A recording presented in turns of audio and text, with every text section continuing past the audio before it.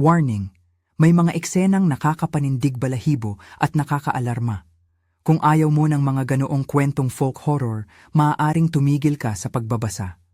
Kung gusto mo naman ng kilabot at aral, sali ka. Akala namin loto ang mabibitin sa amin, milyon. Hindi namin inakala na ang milyong iyon ay may kapalit. Hindi lamang pera, kundi isang bagay na kumakain sa dilim ng mansyon at kumakain din sa aming budhi. Ako si Junie, dating parlorista, anak ng isipang makakahanap ng mabilis na pera. Kasama ko si Lola Pasing, hindi lang lola sa dugo, kundi kasama sa buhay, kasama sa mga maliit na panloloko noon, mga healer na may pekeng langis, mga oras na nagbabala lang kami ng malas sa kapitbahay para may kapalit na bayad. Pero hindi kami mga manlalason, hindi noon. Ngayon, dahil sa banyagang balita tungkol sa demolisyon ng bahay namin, nag-iba ang hangarin namin. Bawat kaldero ng kumukulong tubig, bawat sahig na nilagyan namin ng kahoy para hindi mabasa ang aming upuan, pareho kami ng tangi, ng hihinayang. Magkabila ang mga bagay kapag dumating ang post sa Facebook, kailangan ng albularyo, malaking bayad, mansyon sa Bukid Mayor, urgent. May mga larawan ng malalaking haligi, chandelier na kumikislap, at isang batang babae na parang pumutok ang katahimikan sa mukha, pale, malayo ang tingin. Sa baba ng post, may numero. Nag-swipe ako, nagdwell ng ilang segundo, at naalala ko ang mga lumang plastik na pero ng mga pekeng langis na kay lola ko. Madaling magpanggap. Nag-uusap kami sa kusina, sa ilaw na punit ang bombilya, habang nag-iingat ang lola sa kahon ng gamot at lumang krema. "Apo?" sabi ni Lola Pasing habang pinapahid ang likod ng kanyang kamay. "Alam mo yang piyansa, kailangan na talaga. Hindi na pwedeng magpaasa pa tayo sa mga titser at shabu-shabu na trabaho. Diba? Dati kapag may albularyo na nagkakakitaan, ako ang nagpapahiwatig? Bahala ka na lang sa pag-makeup. Makakapagmukha ba tayong totoong albularyo, Lola?" Natawa ako. Pero may lungkot sa tawa. Alam ko na alam niya ang sagot. Alam din niya ang mga pekeng ngipin, ang makeup na kayang itago ang mga peklat, ang mga tinik ng kasinungalingan na maaaring maging tulay. Pero hindi kami bata. Alam namin ang risks. At alam ko rin, may panahon na kahit ang tanong na saan ang pera, ay parang ibon na hindi nababalik. "Pwera na tayong mag-isip ng kabuluhan, Junie," sabi niya. "Kung iisipin natin, marami na tayong natutunan. Pero ngayon, sa Facebook yan, malaking bayad. Kayang-kaya natin. Ikaw ang makikipag-usap. Ako ang mag-a-assist. Gawin nating malinis." Hindi ito simpleng pera para sa amin. Para sa lola, para sa akin, ito ang posibilidad na hindi ma-demolish ang bahay na pinuhunan namin ng ilan pang taong buhay. Para sa akin, ito ang pagbawi ng pride na natira matapos ang pagkabigo ng mga alaalang walang katapusan. Hindi namin pinagyaman ang kasakiman. Nag-uusap kami na ang milyong iyon ay gagamitin para sa pabahay, para may silid banyo, para hindi na kami palaging natatakot sa foreman na may hawak na papel. Araw ng pagkilos. Nagpunta kami sa malapit na tiangge at bumili ng mga pang-prop, ilaw na kandila na may mabangong usok, ilang bote ng fake herbs na mukhang natural, at mga piraso ng prosthetic para sa pagkukunwari. Hindi namin kailangang maging pantay sa tunay na albularyo, kailangan lang namin ng loob at palabas. Si Lola, kilala sa hiyaw niyang "Apo", may pamamaraan siya ng pagkumbinsi. Malambing, may konting panunumbat. Ako naman, ang tagapagsalaysay ng aming mga kaguluhan. Kailangan kong magkunwaring may malasakit, may kapangyarihan at may mahalagang teknik. Habang nasa kwarto, nagpraktis kami, hindi sa mga ritual, kundi sa mga salita. Maaari mong subukan ang panalangin na hindi halakhak. "Hindi, dahan-dahan, bahagya." Tawa kami noon. Dahil nakakatawa, bago pa man kami pumasok sa mansyon, naalala kong may mga eksena sa lumang pelikula na dinadaan sa isang handkerchief at pusa Diyos. Pero ganun kami noon. Tinatawanan ng takot upang matahimik ang kaba. Bago kami umalis, tumigil kami sa kusina. Nag-iwan ako ng isang maliit na bag sa lamesa, mga palamada at ilang barya. Nagkunwari kaming nag-aayos ng gamit. Kung matulog kami ng maaga, Baka hindi namin kayanin ang dami, bulong ni Lola habang inaayos ang scarf niya. Ipapakita natin na alam natin ang ginagawa natin. Huwag kang mahiya. Sa pag-akyat namin sa kotse ni Lola, may gumigising sa akin. Ang smell ng amoy ng nabubulok. Hindi sa aming bahay lang yon. May amoy na lumilipad sa paligid na parang may lumang bagay na hindi na inalagaan. Sa likod ng isip ko, ang amoy ay nagbukas ng alaala. Ang mantsa ng lumang panaginip na hindi na isa katuparan. Mga taong iniwan sa gilid. Huwag naman. Huminga ako ng malalim. Apo, huwag kang maging malungkutin. Di tayo pwedeng mamatay dahil sa pangarap. Ang mansyon ng redoblado ay isang uri ng hayag na kasinungalingan. Sa labas, isang aura ng karangyaan, mahal na mga bintana, kupas na ginto sa frame ng pinto. Sa loob, dilim. Hindi basta kadiliman, kundi isang deliberate na kalakip. Madilim na kwarto, kandilang palamuti na parang paalala na hindi dapat tumigil ang pag-ikot ng oras at isang amoy na parang pinahiran ng bulok na prutas. Umikot kami sa gate na may pangalan, Redoblado, na nakaukit sa bato, ngunit may bakas ng lumang lumot. Sa gate, may dalawang security guard na mukhang hindi karaniwan. Hindi sila malamig na mga tao, ngunit para silang mga karakter na nag-aabang ng huling kabanata. Inilagay namin ang face, hindi kabuo, bahagyang itinutupi ang scarf, bahagyang pinalalabas ang tinig ni Lola na parang inaawit ang pangangailangan. Naglakad kami sa malawak na hallway na may mga portrait, mga larawan ng mga taong mukhang hindi kailanman tumatawa. Biglang lumabas si Doña Celestina mula sa pinakaunang silid. May hawak na tray na naglalaman ng maliit na tasa ng mainit na sabaw. Malamig ang kanyang ngiti, pero may liwanag na napakakinis, parang porselana. Ako si Doña Celestina, wika niya, na parang nagluluwal ng pangalan sa hangin. Maraming salamat at dumating kayo agad. Malaking bagay ito para sa amin. Hawak niya ang isang maliit na kumot na tila may bigat ng isang bata at tumingin sa amin na parang tinitimbang ang aming pagkatao. Si Enzo, anak ng Donya, ay nandyan din, nakayuko, madilim ang mata, malayo ang loob. Hindi tulad ng mga taong nakatayo sa pintuan, may hawig siya kay Donya, hindi lang pisikal, kundi sa kilos. Kumikilos na parang may nakatagong sinasabi. Si Ariela, ang batang babae sa larawan ng Facebook, nandoon, nakaupo sa isang upuan, hindi nagsasalita. Ang mukha niya ay malamlam. Hindi naman siya bingin, hindi lang siya gumagalaw ng palabas ng fog. Napakabigat ng kanyang katahimikan. Bahala na kayo, wika ni Donya nang aming patayin ang mga maliit na kandila na kasabay niyang inilapag, maliit at madaling masunog. Sabihin niyo sa akin, ano ang nakikita? Ano ang nararamdaman niya? May pag-ikot sa katawan niya, sagot ni Lola ng mabilis. Tumingin siya sa akin para siguraduhin na kumpleto ang dialogo. May lamig, marahil isang engkanto na kumakain ng loob ng kaluluwa. At doon nag-umpisa ang aming palabas. Nakikinig ako sa bawat tunog ng mansyon, ang pagkapitik ng sahig na parang may naglalakad na halimaw, ang magaspang na hagod ng kurtina, ang pagbukas ng isang pinto sa malayong bahagi ng bahay. Sa mesa, may isang tasa ng dinuguan, o sa mansyon, may mga putahe na tila tradisyonal ngunit may kakaibang timpla. Kinuha ng isang katulong ang kutsara at dahan-dahang binasa ang tinik. Akala ko naglalaro lang siya ng kutsara sa pagkain. Hindi ko inakalang may makikitang kakaibang bagay sa loob. Subukan ninyo, sabihan kami ni Donya ng may ngiti. Maiksi lamang ang gamot, di ba? Para lumakas si Ariela. Hindi kami kinakailangang kumain. Pero sa ganitong klase ng palabas, kailangan naming magpakita ng pagiging natural. Hindi ko pa nasubukan ang sabaw nang bumulong sa tabi ang isang tagapagluto, si Mang Reyes, na may batik sa kanyang mga kamay, na parang laging basa. Ang mukha niya ay may matang madilim at malalim. Hindi siya mukhang tensyonado, mukhang tinanong lang kami ng buhay.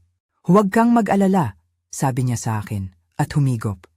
Habang kumakain sila, may maliit na tunog lang ang pumawi ng lahat. Isang kutsarang tumama sa pinggan at walang pakundangan. Tumingin ako sa Lola. May kakaiba sa amoy, sabi ko ng mababa. Huwag kang magpadala ng takot, sagot niya. Kunwari alam mo na ang sakit. Ngunit paglipas ng oras, May maliit na detalye na hindi namin pinaghandaan. Sa isang maliit na serving ng dinuguan na ipinahatid sa amin, may isang manipis na piraso na parang kuko, mukhang tipak ng nalaglag na kuko. Hindi ko alam kung paano ako nag-react. Sininyasan ko lamang ang waiter at sinabing nagkamali siguro ang paglagay. Ngunit ang isang kamay sa kabilang dulo ng mesa ay kumilos na parang inuutos na kunin ang piraso at gaya ng boses ng hangin, may isang salita. Hindi, iyon ay bahagi ng gamot. Mata mo, Junie. Huwag kang magtanong. May mga maliliit na sandali na ang puso ko ay parang malulunod sa isang kuliglig na walang hihinto. Mga gutom na lumulutang sa ilalim ng ulo ko. Hindi namin sinadya na maging malapit sa ganitong uri ng pagkain, ngunit kami rin ay nagkunwaring malakas. Ang bawat kagat ay may kasama pang tanong. Anong nilubog sa lamesang ito?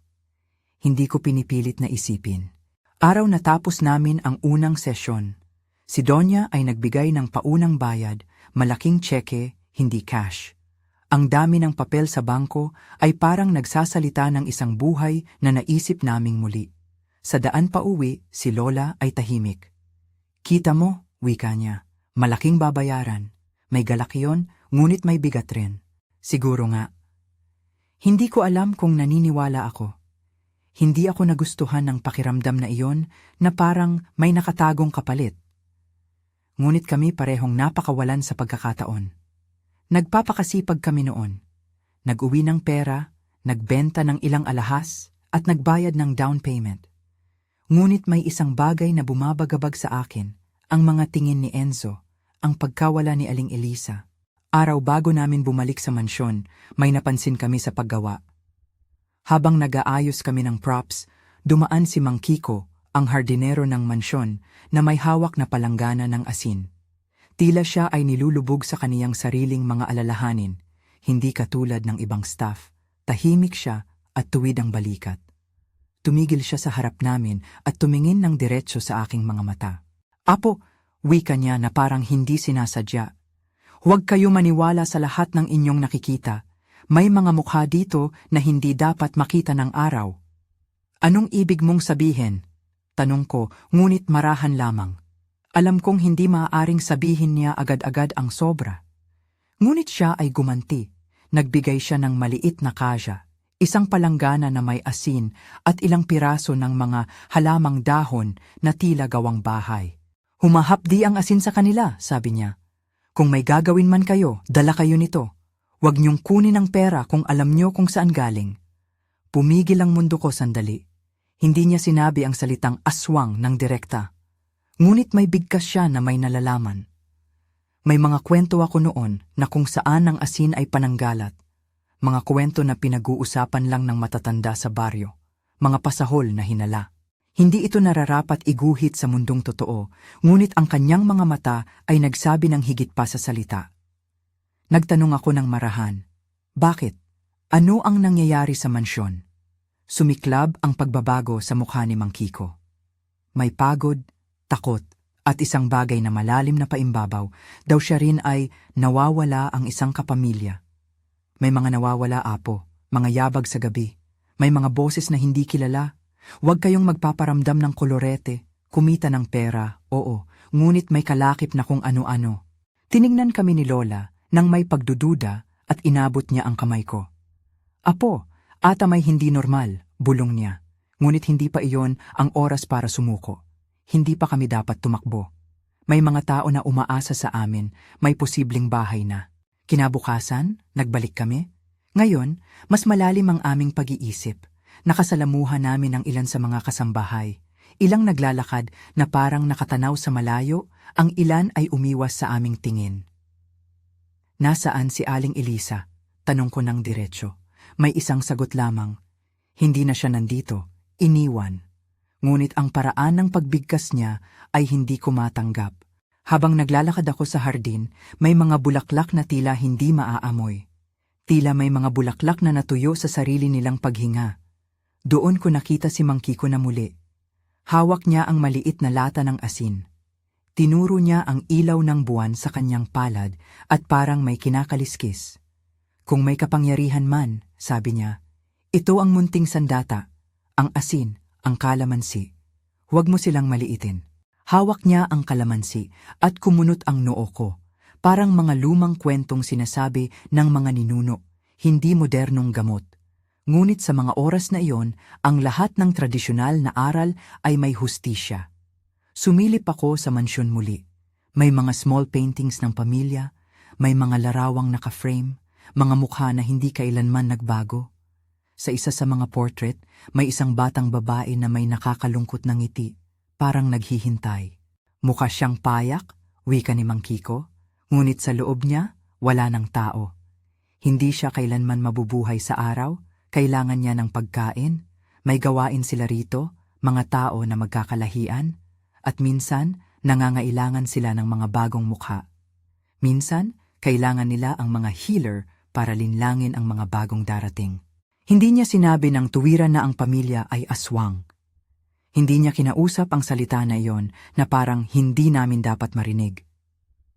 Ngunit sa loob ng dibdib ko, may tunog na tumunog. Parang isang bagyo bago ang kidlat.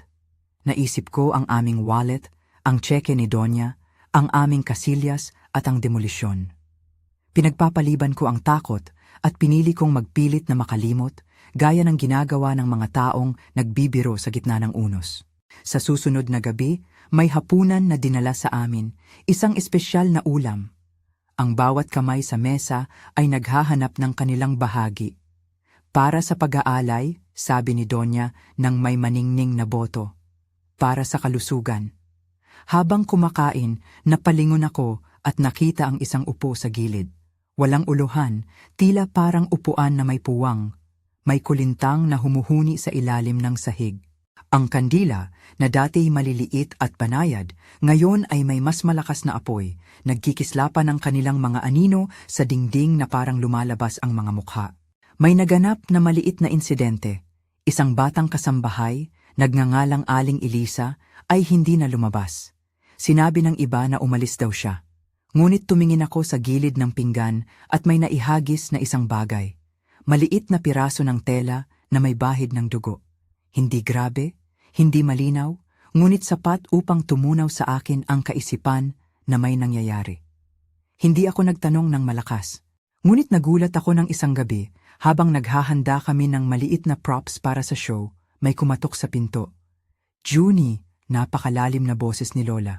Tingnan mo ito. Nasa mesa ang isang maliit na tray, isang maliit na supot na may baong titik. Hindi ito basta-basta. May isang maliit na sulat na isinuksok sa loob ng sobre. Isang paalala mula sa Donya na parang isang pasasalamat. Ngunit ang turo ng letra ay parang may lihim. Mag-ingat. Walang pirma. Sinundan namin ang aming programa. Isang maiksing seance, ilang pagbulong, isang maliit na langis na parang sinusundan ng salamin. Ako ang pumasok sa loob ng silid ni Ariela. Nakita ko siya na nakahiga sa kama na parang isang manika, malamlam ang mata, halos wala ng ekspresyon. Iniayos ko ang aking scarf at tinanong ko ang sarili. Ano nga ba ang gagawin namin kapag nalalaman namin ang katotohanan? Tatakbo ba kami? O aabangan namin ang milyon? Sa loob, may isang maliit na kanto na puno ng kandila. Naguunahan ang mga amoy, langis, lumang papagsuot at ang amoy na ako mismo ay hindi maipaliwanag. Hindi ako magtatapat ng tunay na takot.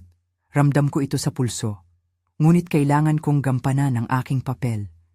Inabot ko ang isang bote ng healing oil na pinagpapawisan ng aking mga daliri.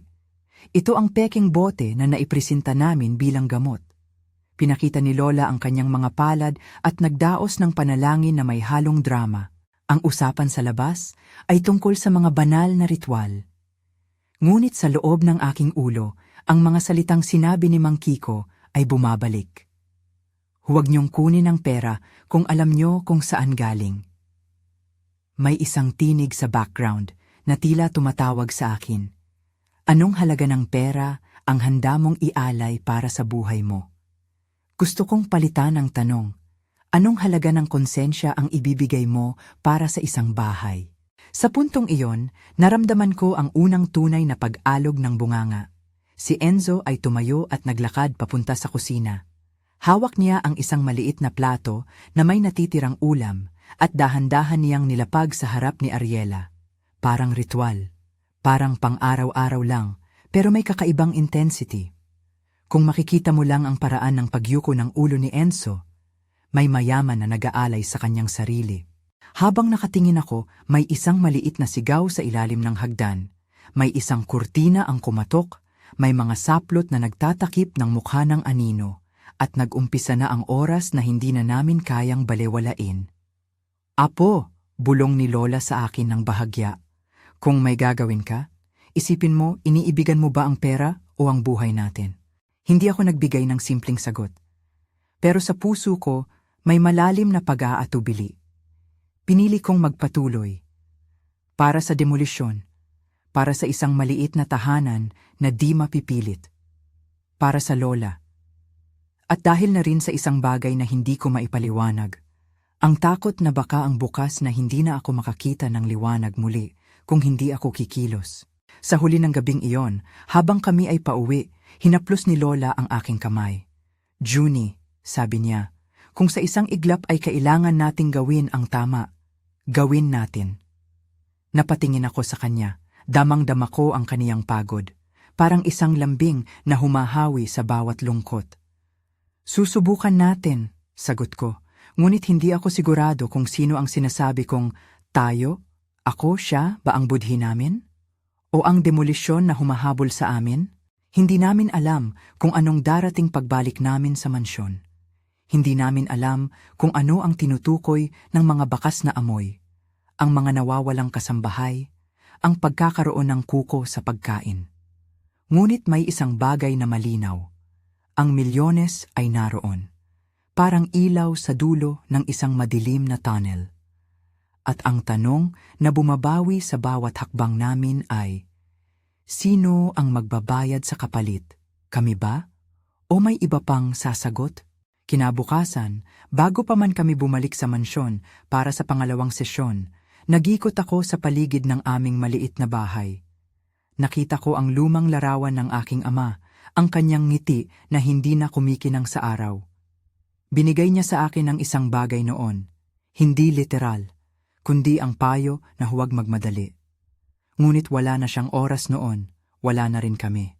Naglakad ako ng may mabigat na sapatos papunta sa jeep. Sa loob ng jeep, naglaro sa isip ko ang mukha ni Doña Celestina. Ang kanyang mga kamay na tila malambot pero may puwersa na parang pag-uunat ng kawayan. May liwanag ang kanyang mukha na nagtatago sa dilim. Sinuong ko ang aking dibdib at inihanda ang aking sarili. Kailangan kong maging mahinahon. Kailangan kong maging mapagmatyag. Pagbalik sa mansyon, napansin ko ang pagbabago sa hangin. Parang may umuusbong na ingay, mga yabag sa malayo at mga boses na hindi ko maintindihan. Mayroong isang bahagyang pag-ikot sa paligid ng puno sa hardin. Sa isang gilid ng hardin, napansin ko ang bakod na may mga gasgas, hindi ordinaryo. May nangyaring laro rito na hindi namin kabilang. Sa paglapit ko sa dingding, may nakita akong maliit na bakanteng kasangkapan. At doon, sa ilalim ng isang lumang upuan, may nakasabit na isang maliit na paligo. Isang piraso ng tela na may bahid ng lupa. Ang amoy nito ay iba. Hindi lamang lupa, kundi parang may nalubog na laman. Hindi ko na muling tinignan. Tumingin ako sa likod at nakita si Mang Reyes na lumalapit. Ang mga mata niya na parang may pinagsisisihan. Apo, aniya nang hindi pinapansin ang aking pagtanong. May mga tanong na hindi dapat itanong.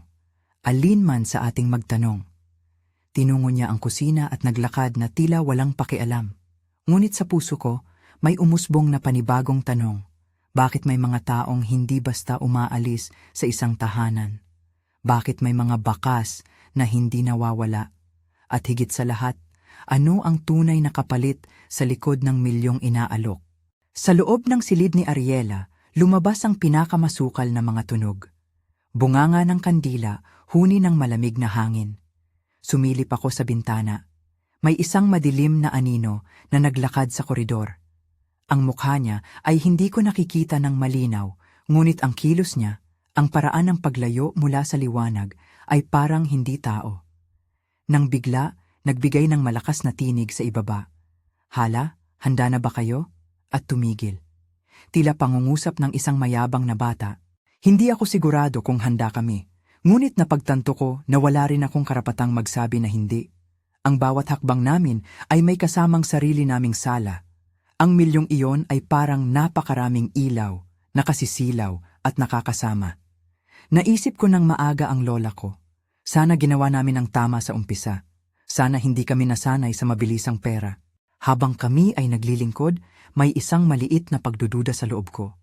Kung ang pamilya ay may lihim at kung kami ay ginagamit lang bilang mga lobo sa anino, hindi ba dapat kaming magtuloy-tuloy? At kung ang aming pagtakas ay iwan sa likod ng bahay na walang pera, ano ang gagawin namin? Ang takot ay hindi basta-basta mawawala. Sa isang pagkakataon, habang nagbabalat kayo, narinig ko si Enzo na nakikipag-usap kay Donya sa kusina.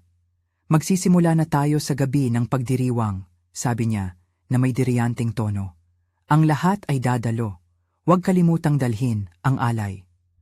Napatingin ako kay Lola at tumingin siya sa akin, may damdaming parang nagmamakaawa.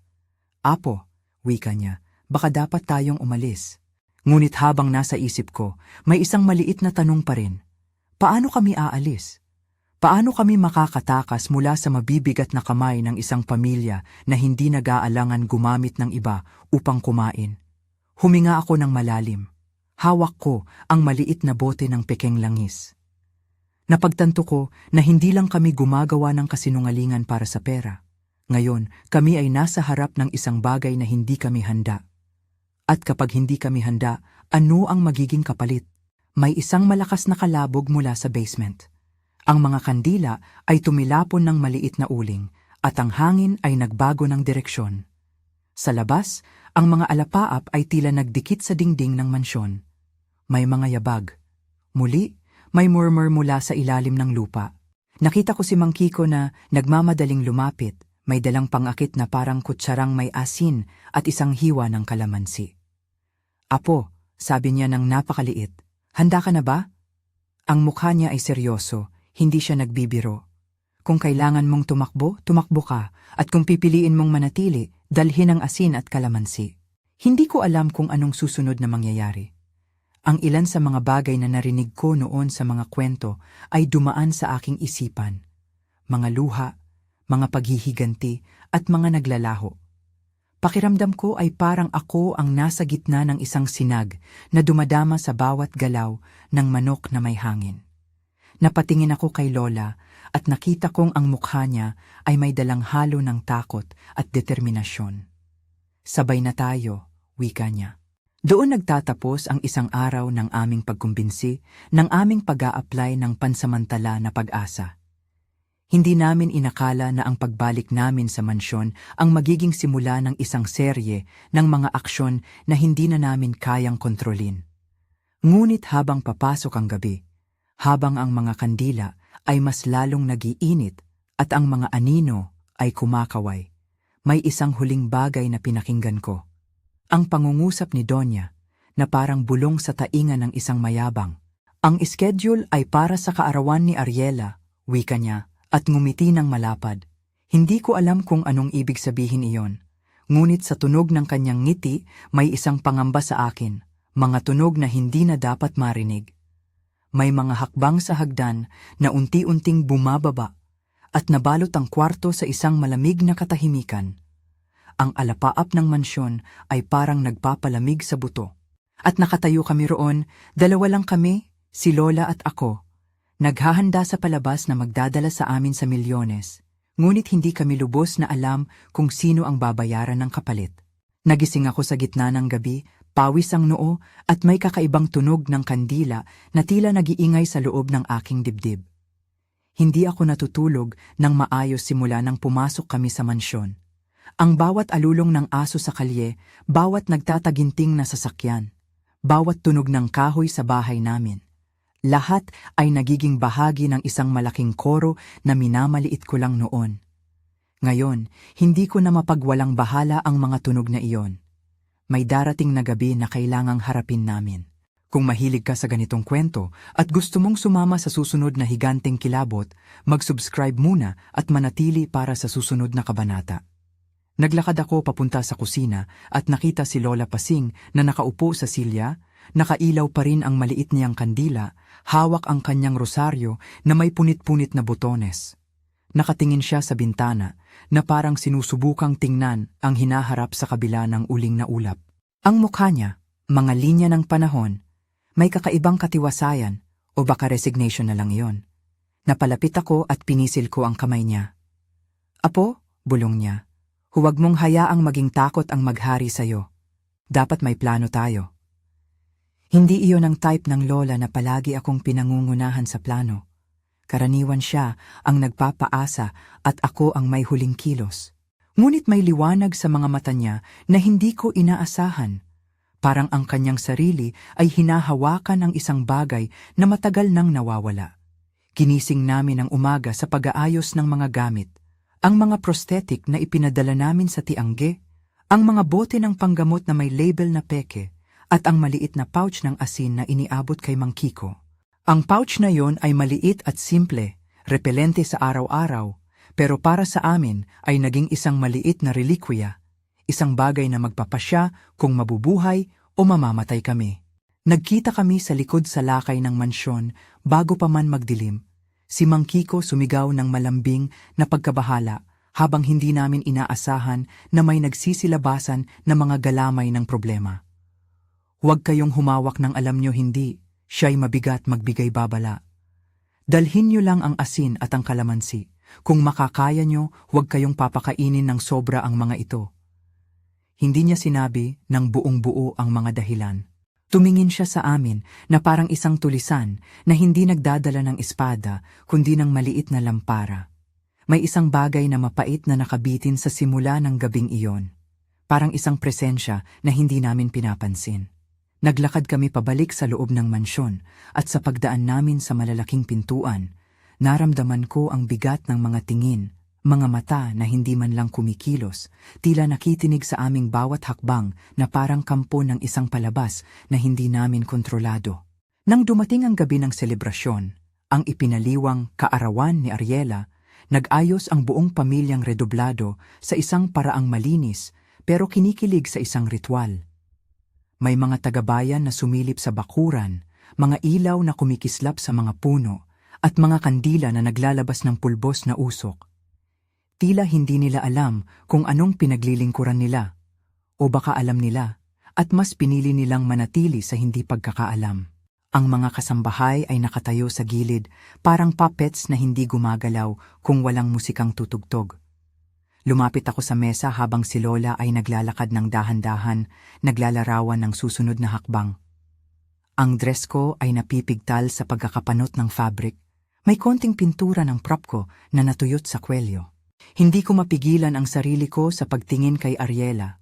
Siya'y nakaupo pa rin, ang mga kamay niya nakatupi sa kandungan, parang hinuhugot mula sa isang lumang litrato na hindi mo na alam kung sino ang nag-iingat. May mga maliliit na tinipon sa mesa, mga maliit na plato na naglalaman ng mga pagkaing tradisyonal. Ang isang malaking palayok ng dinuguan ay nasa gitna, sumisingaw sa hangin, ang malakas at maalat na amoy na para bang nag-iimbita o nagbabala. Hindi mo alam kung alin. Kapag tumingin ka sa ibabaw nito, makikita mo ang isang manipis na ulap ng usok na umaangat, at sa ilalim nito may isang bahid ng kakaibang paraang kumikislap ang mantika. Nang magsimula ang palatuntunan ng pagpapagaling, inanyayahan kami ni Donya na mag-arte, mga malalalim na tinig, mga dramang panalangin na may pilit na luha. Si Lola ay pumwesto at pinasimulan ang kanyang mga salita na may halong sinseridad at laro, ang eksaktong halo na kailangan para baitin ang mga nanonood. Ako naman, sinabi ko ang mga banal na imposible kong pinaniwalaan, mga pangungusap na nakakaindak ng puso, mga halimbawang ginagawa ng isang tunay na manggagamot. Hindi pa man namin natapos ang unang set, may maliit na pagkagulo sa kabilang dulo. Nagtaas ang ulo ni Enzo at tiningnan ang pintuan. Ang mga mata niya kakaiba ang pag-ikot. Naglingon ang lahat at doon ko unang nakita na ang anino sa pintuan ay hindi lamang anino. May maliliit na pagbabago sa postura ni Donya. Ang kanyang mga galaw na dati ay mala porselana ngayon ay parang gumagalaw mula sa loob. Hindi mula sa loob ng tao. Hindi iyon isang normal na pag-uugali. Para sa akin, iyon ang unang malinaw na palatandaan na hindi namin dapat basta-basta i-ignore. Nagkaroon ng isang sandali ng katahimikan, ang klase ng katahimikan na biglang malulunok ang boses ng hangin. May isang napakagaan na pagkatusok sa aming mga tenga, parang may humihikbi na nagmumula sa sahig mismo. Tingnan nyo, umiiyak siya, bulong ni Donya, at ang kanyang tinig ay parang kumakanta. May mga lumubog na tingin sa mga mukha ng nasa mesa. Ang mga bisita ay hindi kumikilos, parang pinagbugbog ng isang invisible na order. Ibigay ang handom, panawagan ni Enzo, parang pangalan ng orasyon. Kinuha nila ang plato ng dinuguan at inihain sa harap ni Ariela. Habang ginagawa nila iyon, napansin ko ang isang kakaibang piraso na lumulutang sa ibabaw, parang maliit na piraso ng hindi maipaliwanag na materyal. Nang lumapit ako ng konti, nakakita ako ng kapirasong puti, mukhang butil, ngunit hindi natural. Ngunit hindi ako agad nag-react. Ang isip ko ay puno ng pag-aalinlangan at pangako. Doon, sa ilalim ng fluorescence ng kandila, narinig ko ang bulong sa aking ulo. Mga salita mula sa mga lumang kwento. Asin, kalamansi, at pag-ibig. Natatawa ako sa sarili ko sa pangungusap na yon. Parang banal na sabaw ng lola. Ngunit ang mga bagay na nakikita ko ay hindi biro. Sa sandaling iyon, nagmahal ang lupa sa ilalim ng aking paa. May kumatok sa dingding at parang tumunog ang lahat. Tinawag kami ni Enzo sa basement para sa espesyal na pag-aalay. Naririnig ko ang kakaibang tono ng pagsasaayos. Hindi namin kailangang pumunta. Napapaisip ako. Pero si Lola at ako ay bitin na sa desisyon.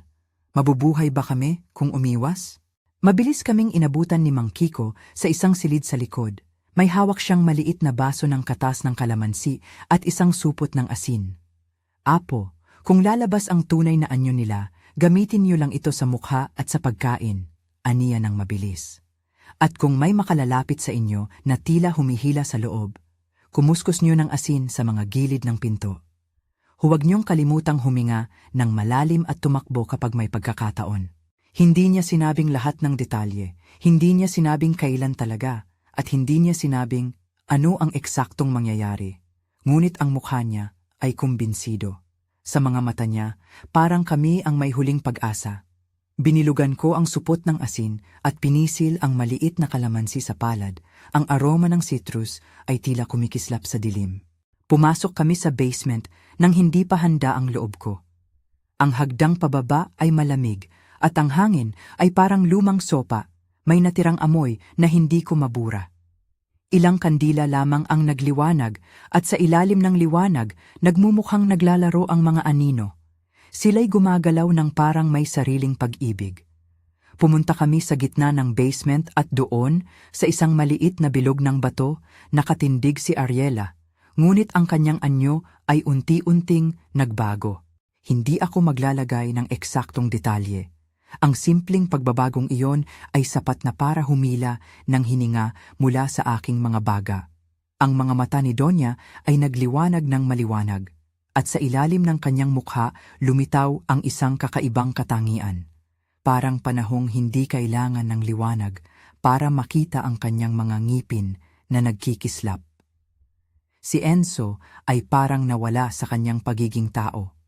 May presensiya na hindi ko maintindihan. Ang amoy ng basement ay lumaki. Hindi lang bulok, kundi may halong maalat na parang dugo na niluto at hindi magandang lasa ng matagal ng nakaraang araw. Doon natin naramdaman ang una.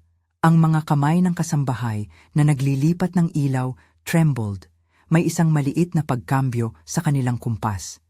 Ang mga anino ay lumakad ng mas mabilis at ang mga tinig ng pamilya ay nag-iba ng tono. Tila may humahampas sa isang pader sa loob ng kanilang kaluluwa. Ito ang gabi, boses ni Donya na parang lumulutang mula sa itaas. Let the offering begin. Nakita ko si Lola na kumapit sa aking braso. "Apo," bulong niya nang halos hindi marinig. "Huwag kang matakot. Tandaan mo, hindi tayo nandito para magpabagsak, kundi para makaalis." Sinubukan kong tumuon sa planong napag-usapan namin kay Mang Kiko, asin, kalamansi. Pero malapit nang mawala ang pagkauugali namin. Ang mga anino ay dumating ng mabilis. Nakita ko ang mga mata nila na may kakaibang pagliwanag. Lumuhod ako at inisip ang lahat ng maling ginawa namin. Mga peking langis, mga sinapit ng mga biktima ng nakaraang panloloko, ang pondo ng aming bahay. Ang budhi ko ay naggingingit-ngit. Ito marahil ang totoong kapalit. Sa kalagitnaan ng gulo, may isang maliit na pangyayari na nagbago ng lahat, isang kalabog sa kusina kung saan inilagay ang dinuguan. Isang maliit na paso ang natumba at may nalaglag na supot mula sa ibabaw ng table. Isang supot ng hindi nakikilalang pulbos mula sa isang lalagyan ng imbakan. Hindi namin pinaplanong iyon. Ang baso ay nagpagulong at ang lamig ng hangin ay umihip ng hindi inaasahan. Nang dumampi ang pulbos sa palad ng kasambahay, napansin ko na may maliit silang paghithit ng pahina. At maya-maya, ang garapon ng dinuguan ay naibuhos pabalik sa platito. Hindi ko ipinaliliwanag kung paano. Hindi na rin iyon mahalaga kung susubukan kong magsiyasat. Pero ang pulbos na iyon ay napunta sa dinuguan. Wala sa aming isipan na gawin iyon. Isang aksidente lang. Basta, may naidagdag sa pagkain ang isang sangkap na magiging mahalaga mamaya. Hindi ko na ilalarawan kung anong uri ng pulbos iyon. Hindi iyon ang punto ng kwento. Ang punto ay, sa gitna ng ritual, may nadagdag sa pagkain na hindi kami ang may intensyon. Mga bagay na sadyang nangyayari sa hindi inaasahang paraan. Habang inaabot ni Enzo ang plato sa harap ni Ariela, naramdaman ko ang kakaibang tensyon. Ang puso ko ay parang babagal sa pag-ikot ng mundo. Bigla, ang pagkilos ni Donya ay nagbago. Ang mukha niya ay sumimangot. Parang may punit na hindi nakikita. Si Ariela, sa kanyang upuan, ay kumilos ng hindi inaasahan. Ang kanyang mga mata ay nagningning ng isang bagay na mabigat at primal. At nang maghapunan ng mga ito sa plato, may isang malakas na reaksyon. Ang mga bisita ay parang nawala ng sarili nilang kontrol. Ang ilan ay nagsimulang sumakit. Ang ilan ay dumuduwal. Hindi ito normal. Ang halimuyak ng pagkain na dati ay tila nagiging mas matalim, parang isang panibagong lasa na sumisirit sa ating dila.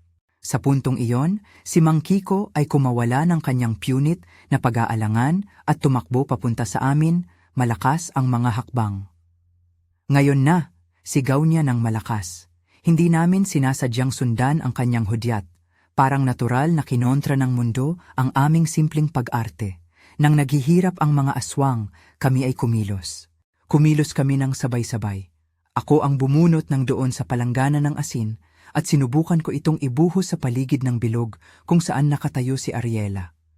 Si Lola ay nagwiwisik ng katas ng kalamansi sa mga mukha ng malalapit sa amin. Hindi tanda ng galit, kundi ng desperasyon.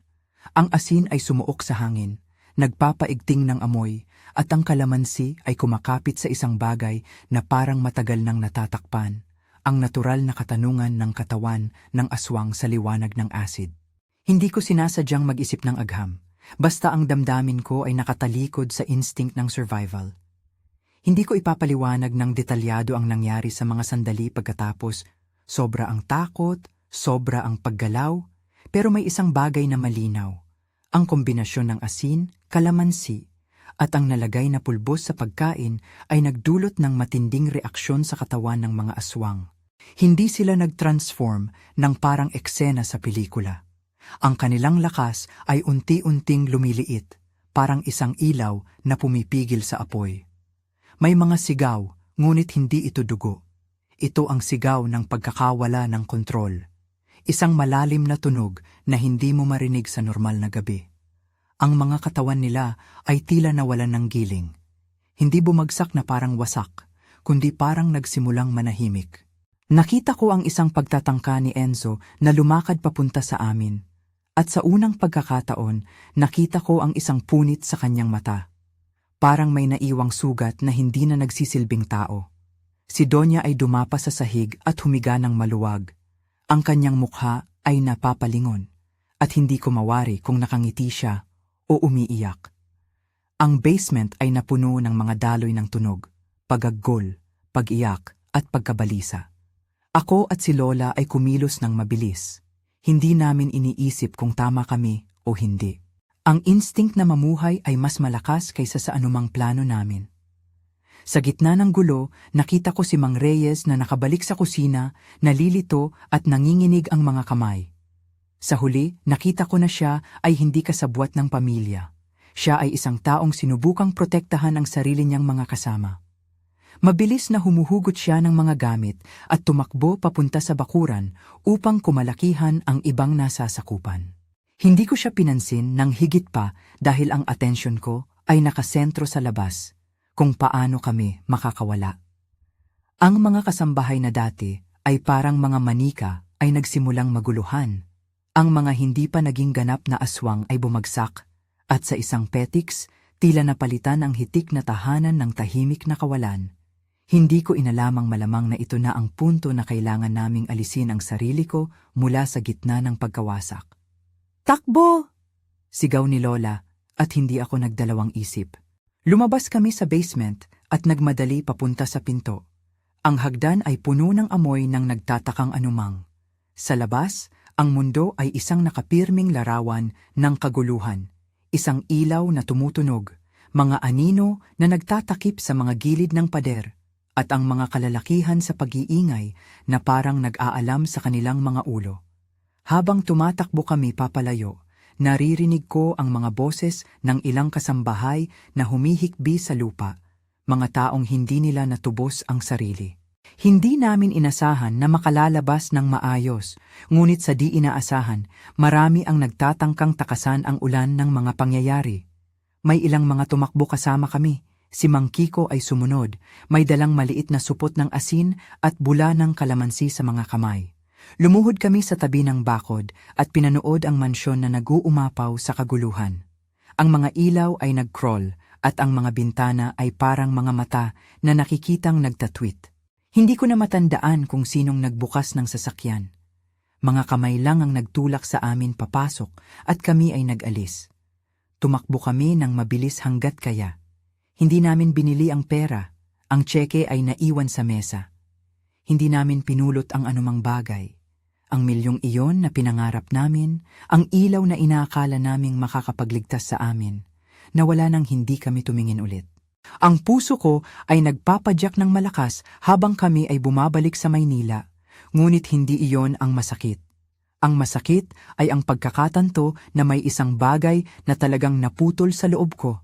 Isang bagay na hindi na mabubuo kahit napunuin namin ng pera. Nag-uwi kami ng lamig ng hangin mula sa kalye sa aming mga mata. Sa loob ng sasakyan, tahimik kami. Si Lola ay nananawa, parang nagising mula sa isang panaginip. "Apo," bulong niya ng labis, "hindi natin kailangang ang pera na galing sa ganoong paraan. Hindi gagamitin ng maayos." Hindi ko sinagot agad. Ang aking isip ay puno ng mga tanong. Paano namin aayusin ang bahay? Paano kami magsisimula muli? Ngunit may isang panibagong malakas na tunog sa aking isip, ang tinig ng aking ama na nagsasabi, "Hindi ka papayag sa madaling pero maruming paraan." Pag-uwi, ginawa namin ang pinakapraktikal na hindi pangalan na desisyon. Iniwan namin ang tseke at ang pera sa mansyon. Hindi namin kinuha ang anumang bagay na hindi namin binayaran ng dangal. Ilang araw ang lumipas at ang balita ay kumalat, mga kapitbahay nakakarinig ng isang hadlang, ang mansyon ay natagpuan na tila napahiwalay. May mga sumilip na naguulat na ang redoblado ay nawala. Hindi na ito ganoon, at ang mga tao sa paligid ay maingat sa pag-iisip. Hindi kami nangahas na bumalik. Alam namin na may kapalit. Sa mga susunod na linggo, nagbagong buhay kami ng paunti-unti, hindi perpekto. Hindi masyadong malinis. Naghahanap ako ng trabaho ng totoo. Naglinis sa maliit na karinderya, nag-aalaga ng mga lumang kasangkapan, at si Lola ay nagbenta ng maliliit na nagawang herbal soap. Hindi pang panlinlang na gamot, kundi simpleng sabon na gawa sa langis at mga halamang gamot. Hindi kami naging malaki, ngunit lumalaban kami. Nagkaproblema kami sa pang-araw-araw pero may kapayapaan sa loob ng puso, ngunit hindi naglaho ang mga alaala ng gabing iyon. Tuwing umuulan, naaalaala ko ang mga sigaw sa basement. Tuwing may dinudugo sa mesa sa isang palabas, naaalala ko ang puwang na nagbukas sa aking dibdib. Minsan, napapanaginipan ko ang puting pulbos na hindi ko maintindihan. Isang pangyayaring hindi ko kayang iwanan. Ang kabayaran ng milyong iyon ay hindi pera. Ito ay ang kamalayan na may mga sandaling hindi mo maiiwasan ang katotohanan ng sarili mo. Isang gabi, dumating si Mang Kiko sa amin. Hawak niya ang maliit na supot ng asin na nabalot pa nga sa pahayagan. Tumingin kayo, bulong niya ng tahimik. Hindi namin kinuha ang pera, kaya't may balak tayong ayusin ang bahay ng inyong pamayanan. Dumating siya na may dalang suhestyon na ang natirang kayamanan, kahit na maliit, ay ibibigay para sa pag-ayos ng plaza at maliit na tulong sa mga nawalan. Hindi niya ipinalinaw kung saan nanggaling ang pera.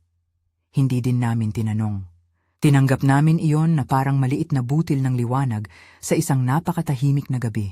Nag-ayos kami ng munting proyekto sa aming purok, isang maliit na silong sa likod ng simbahan, pagsasaayos ng playground ng mga bata, at pagbibigay ng maliliit na pagkain sa ilang pamilya na lubos ang pangangailangan. Hindi namin ipinumilit ang aming identidad. Nagtrabaho kami ng tahimik at bumalik ang respeto na hindi namin naisip na muli naming makakamit. Ang bawat barya ay napalitan ng pawis at dangal. Si Lola, sa kanyang pagkakaedad, ay naging mas mahinahon. Mula sa pagiging isang maliit na albularyo na kumikita sa mga baboy at mangyayari ng inggit ng iba, siya ay naging tao na tumulong sa abot ng kanyang makakaya. Naging tagapayo siya sa mga kababaihan sa aming barangay, hindi sa pamamagitan ng sining ng panlilinlang, kundi sa pamamagitan ng pagtataguyod ng sining ng pagiging matapat. Ako naman, ako si Junie, ay natuto ng isang bagay na hindi ko matanggal, ang pakiramdam ng konsensya. Bago, ang panloloko ay parang laro lang ng buhay. Ngayon, ito ay isang sugat na nagpapagaling ng dahan-dahan sa pamamagitan ng mga payo at gawa. Nagsimula akong magsulat ng mga salaysay ng aming karanasan, hindi para kumita, kundi para magbigay babala. Nais kong marinig ng iba ang aming pagkakamali at hindi pa ulit-ulit ang ginawa namin sa ibang tao. Minsan, dumalaw kami sa isang maliit na sementeryo sa labas ng syudad. Umakyat kami sa isang maliit na burol at humarap sa langit. May ulan at may araw at may ulap. Nagdasal kami ng tahimik, hindi sa salita ng pagnanasa, kundi sa pakiusap ng pag-asa. Patawarin mo kami, bulong ni Lola. Hindi na namin uulitin. Hindi kami naging perpekto. May mga sandali pa ring pumapatak ang sindak sa gabi at may mga araw na gusto naming bumalik sa madaling paraan. Ngunit sa bawat pag-ihip ng hangin, sa bawat pag-ibig na nakikita namin sa paligid na hindi na balent, naroon ang maliit na kumpiyansa na ito man ay tama.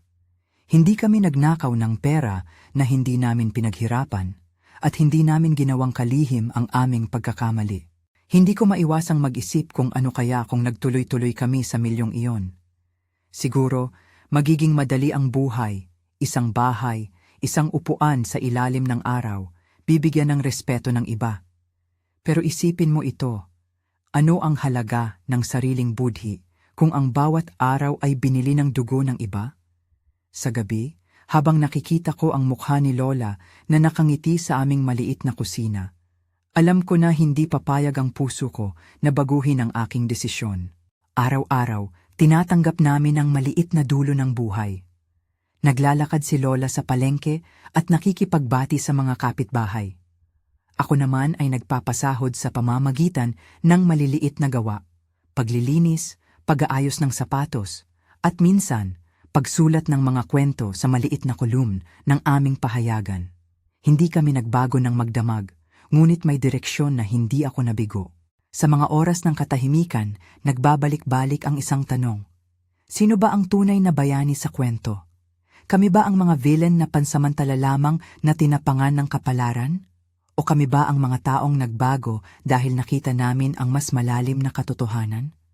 Para sa akin, ang sagot ay malinaw. Hindi kami perpekto, ngunit ang pagbabagong nangyari sa amin ay hindi gawa ng isang sandali. Ito ay bunga ng pagtitiis, ng pag-amin ng mali at ng pagpili ng mabuhay ng iba. Makalipas ang ilang buwan, dumating ang araw na binuksan ng aming barangay ang isang maliit na silong na itinayo mula sa nalikom na pondo. May mga anak na naglaro sa murang espasyo, may mga babae na nagtatalakay ng mga bagong ideya, at may mga matatanda na nakaupo na hindi din tila nag-aalala sa pag-ulan. Nakatindig kami doon, si Lola at ako, at pinakinggan ang mga tawa. Sa sandaling iyon, naranasan ko ang pinakamalalim na paghinga. Hindi dahil kami ay mayaman, kundi dahil alam namin na ang maliit na bagay na iyon ay nagdala ng totoong liwanag. Nagpasya kaming huwag magsalita ng marami tungkol sa nangyari sa amin. Hindi namin hinahanap ang awa o ang pagsisisi ng iba. Ang tanging hinahanap namin ay ang pag-ayos at ang pag-aaral mula sa aming pagkakamali. Kung mayroon bang kapalit sa milyong iyon ay humigit kumulang na isang bagong pagkatao na nakaugat sa pagiging matapat at mabuti. Ngayon, habang sinusulat ko ito at binabalik ang lahat ng mga imahe, ang kandila, ang amoy ng dinuguan, ang pulbos, ang pag-iyak ni Ariela, naalala ko ang pag-ibig ni Lola sa amin. Ang pag-ibig na iyon ang dumakila sa amin.